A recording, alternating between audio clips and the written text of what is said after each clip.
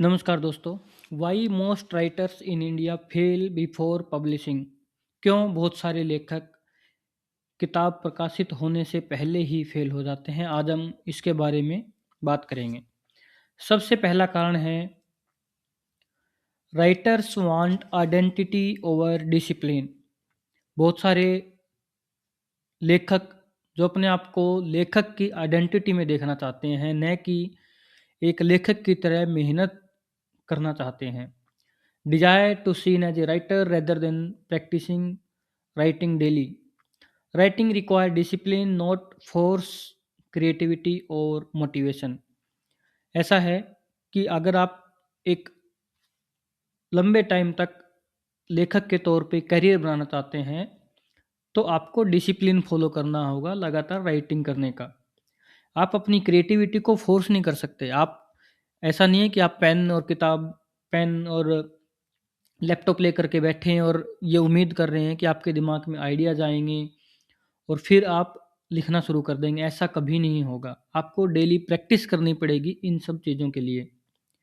Writing is a daily practice not a weekend hobby. ऐसा नहीं है कि आपने जब मन किया महीने में एक बार लैपटॉप खोला, डायरी लेकर के, पेन लेकर के बैठे हैं और आप उम्मीद कर रहे हैं कि आपके दिमाग में आइडियाज़ आएँगे। आपको डेली प्रैक्टिस करेंगे, डेली एक समय पर लिखेंगे, तब आपके पास आइडियाज़ आएँगे, आपकी क्रिएटिविटी इम्प्रूव होगी। दूसरा पॉइंट है waiting for right time and mood. बहुत सारे लोग सोचते हैं कि सही समय आएगा, सही मूड होगा, तब हम लिखेंगे। ऐसा कभी नहीं होने वाला।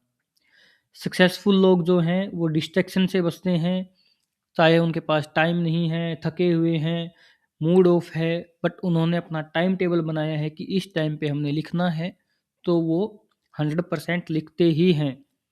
वो इन चीज़ों से इंडिपेंडेंट हैं कि सही टाइम आएगा, सही मूड आएगा। दूसरी चीज़ है स्टॉपिंग आफ्टर रिजेक्शंस।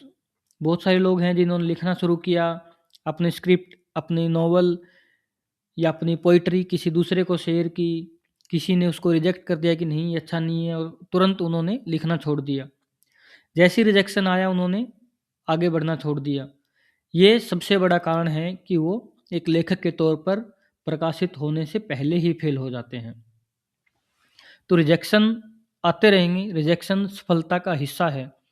आप चाहे कितने भी सफल लेखक हो जाएँ, आपकी 10 किताबें भी आ जाएँ, 11वीं किताब ज़रूरी नहीं है कि आपकी कोई भी प्रकाशक या लोग उसे पसंद करेंगे, रिजेक्शन हमेशा रहेंगे।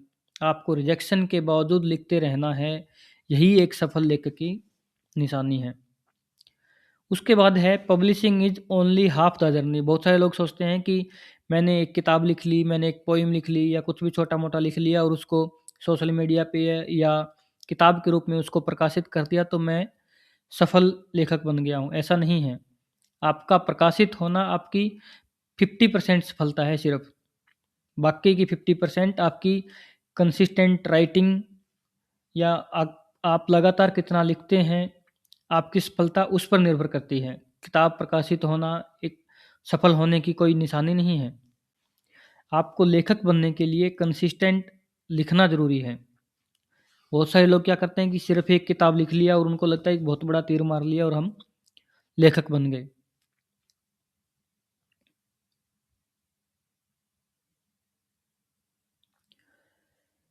और एक बहुत महत्वपूर्ण पॉइंट है, सबसे इम्पोर्टेंट पॉइंट है नॉट रीडिंग एनफ।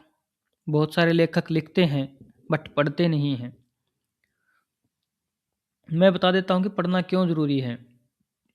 जब आप किताबें पढ़ेंगे तो आपका दिमाग नए क्रिएटिव तरीके से सोचेगा। किसी और की क्रिएटिविटी को आप अपनी क्रिएटिविटी के साथ जोड़ पाते हैं पढ़ कर के। जब आप पढ़ते हैं तो आपकी क्रिएटिविटी और शार्प होती है, आपके पास नए आइडियाज़ आते हैं, आप सोच पाते हैं कि जो लिखा हुआ है उसको और बेहतर कैसे किया जा सकता है और उसी क्रिएटिविटी को नया रूप कैसे दिया जा सकता है। आप किताबें पढ़ कर के उसका स्ट्रक्चर, उसका वॉइस फ्लो या किस तरह से लिखा गया है, उसको और किस बेहतर से लिखा जा सकता है कि आप कि पाठक उसको और बेहतर पसंद कर सकें। यह आइडिया आपको सिर्फ़ पढ़ कर के ही आएगा। जो लेखक पढ़ते नहीं हैं, ये मान के चलिए कि वे अपनी क्रिएटिविटी को एक तरह से स्टॉप कर रहे हैं, उनकी क्रिएटिविटी का ग्रोथ होना बहुत मुश्किल हो जाता है। तो अगर आप अपनी क्रिएटिविटी को नए आयाम देना चाहते हैं तो सबसे ज़रूरी है पढ़ना, या फिर इसके अलावा कोई ऐसा काम करना जो आपकी क्रिएटिविटी को बूस्ट करे, और पढ़ना उनमें सबसे ऊपर आता है क्रिएटिविटी बूस्ट करने के लिए। अगले पॉइंट की हम बात करते हैं। इंडिया में खासकर लोग मेंटर्स को एक्सेप्ट नहीं करते। उनको लगता है कि हम सब कुछ कर लेंगे। एक्चुअल में ऐसा होता नहीं है। मेंटर आपकी हेल्प इस तरह से कर सकता है कि आप कोई किताब लिखना शुरू किए और आपको पता नहीं कि नेक्स्ट स्टेप क्या होना चाहिए, आप गलतियाँ करेंगे और इस तरह से आप लिखते-लिखते धीरे-धीरे 5-10 साल लग जाएँगे आपको गलतियाँ करते-करते सीखने में। मेंटर आपका वो टाइम बचाता है, आपके उन उन गलतियों से बचाता है, जो आप धीरे-धीरे टाइम के साथ सीखेंगे। आपको सीधे-सीधे बताता है कि ये प्रोसेस है, आप अपनी क्रिएटिविटी पर फ़ोकस कीजिए और इन मिस्टेक से बचिए। तो आप कोशिश करिए कि आप किसी न किसी लेखक या किसी न किसी ऐसे इंसान से जुड़िए, जो इन चीज़ों के बारे में जानता हो। किसी न किसी को अपना मेंटर बनाइए, जो आपको फ़ास्ट एंड क्लियरली ग्रो करने में हेल्प करे, जिन्हें इंडियन पब्लिशिंग के बारे में अच्छे से जानकारी हो। अगला इम्पोर्टेंट पॉइंट है राइटिंग एंड थिंकिंग अलोन।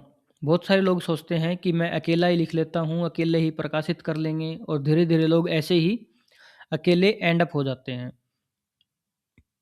कोशिश करिए कि आप किसी लाइक माइंडेड कम्युनिटी से जुड़ें।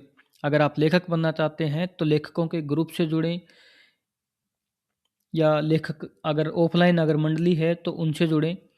यानी कि आप जो बनना चाहते हैं, उस तरह के लोगों से ज़्यादा जुड़ें, उनके साथ सिंक्रोनाइज़ होंगे, तो और बेहतर परफ़ॉर्मेंस आप दे पाएँगे।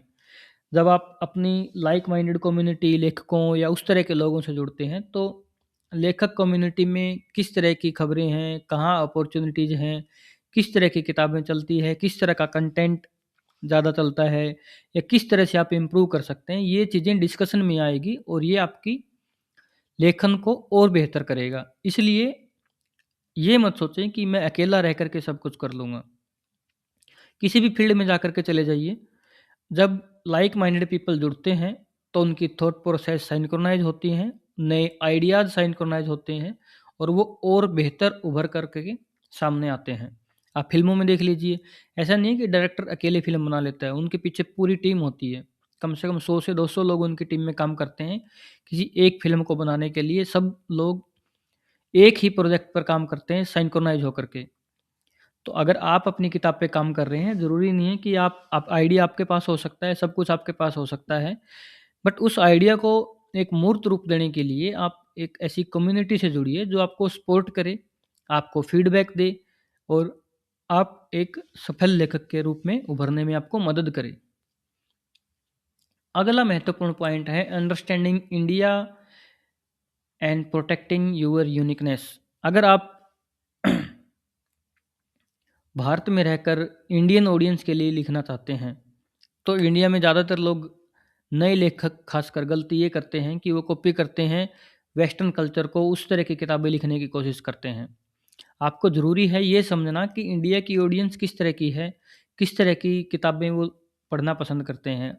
और सबसे इम्पोर्टेंट चीज़ जो है वो ये है कि लोग आपकी यूनिकनेस को पढ़ना पसंद करते हैं। अगर आप किसी का काम कॉपी करते हैं तो लोग आपको पसंद नहीं करेंगे। जितने भी फेमस ऑथर्स हैं, वो फेमस इसलिए हैं क्योंकि वो अपनी यूनिकनेस के ऊपर ज़्यादा ज़ोर देते हैं, अपने यूनिक कंटेंट पर ज़्यादा ज़ोर देते हैं, और लोग उस यूनिक कंटेंट को ही पसंद करते हैं। आप अगर लिखना चाहते हैं, तो आप अपनी यूनिकनेस क्या है उसको पहचानिए और उसी के ऊपर फ़ोकस कीजिए, और लोग उसे ही पसंद करेंगे। आप अपनी खुद की ऑडियंस बनाइए, ठीक है? तो किसी को कॉपी करने की ज़रूरत नहीं है, आप अपनी यूनिकनेस को ध्यान में रखते हुए लिखें। और एक इम्पोर्टेंट पॉइंट है राइटिंग एज सेल्फ इम्प्रूवमेंट। ये एक इम्पोर्टेंट पॉइंट इसलिए है, बहुत सारे लेखक सिर्फ इसलिए लिखना चाहते हैं कि हम फेमस हो जाएँगे, बहुत सारा पैसा होगा, पता नहीं क्या-क्या सपने देखते रहते हैं। लिखना अगर आप लॉन्ग टर्म में लेखक के तौर पर एग्ज़िस्ट करना चाहते हैं, तो इस तरह से लिखिए कि आप अपना सेल्फ इम्प्रूवमेंट कर सकें, कि आप अपने आप को और बेहतर देख सकें, आपके सपनों की दुनिया में आप अपने आप को बेहतर देख सकें। इसलिए आपको लिखना है, ठीक है? आप जब लिखते हैं तो आपकी थॉट प्रोसेस, आपकी पेशेंस, आपका फ़ोकस करने की जो पावर है, वो बढ़ती है। तो आपका ये एक सेल्फ इम्प्रूवमेंट है। आप कोशिश कीजिए कि आप अपने सेल्फ इम्प्रूवमेंट के लिए, आप अपने बेस्ट के लिए लिख रहे हैं, ना कि सिर्फ़ फ़ेम और दूसरी चीज़ों के लिए। और सबसे इम्पोर्टेंट लास्ट पॉइंट है चूज़िंग राइट मेंटरशिप। आप गलतियाँ करेंगे और सीखेंगे, इस तरह से आपके बहुत पैसे भी खर्च हो जाएँगे, टाइम भी निकल जाएगा। तो बेस्ट ये है कि आपके आस-पास कोई न कोई पब्लिश्ड ऑथर होगा, उनसे बात करिए, लेखक मंडली से जुड़िए और कोई न कोई एक मेंटर चुनिए और उनसे अपने रास्ते खोजिए कि ये जो मैं करना चाहता हूँ, उसके लिए बेस्ट ऑप्शन क्या है? मैं बेस्ट किस तरह से लिख सकता हूँ? बेस्ट प्रकाशन कौन-सा है? क्या राइट अप्रोच है प्रकाशित करने की? तो महत्वपूर्ण है कि आपके पास एक मेंटर हो। वो कहते हैं ना कि बिना गुरु के ज्ञान नहीं। आजकल बिना गुरु के ज्ञान बहुत है, इंटरनेट पे, गूगल पे सब कुछ मिल जाएगा। बट राइट मेंटर ज़रूरी है, जो आपको सही समय पर सही दिशा दे सके, ठीक है? तो ये थी आज की छोटी-सी वीडियो। अगर कोई एक पॉइंट इसमें आपको अच्छा लगा हो, तो कमेंट में ज़रूर बताएँ। आप किस किताब पे काम कर रहे हैं, क्या लिख रहे हैं, आप कमेंट में ज़रूर बताएँ और आपकी किताब के लिए ऑल द बेस्ट। आपकी किताब का नाम क्या है, वो भी मैं जानना चाहूँगा, आप प्लीज़ कमेंट करिए। Thank you so much. अगर आपका कोई क्वेश्चन है, तो वो भी आप कमेंट कर सकते हैं, उसके ऊपर मैं एक्सप्लेन करके कोई एक वीडियो बनाने की कोशिश करूँगा। Thank you.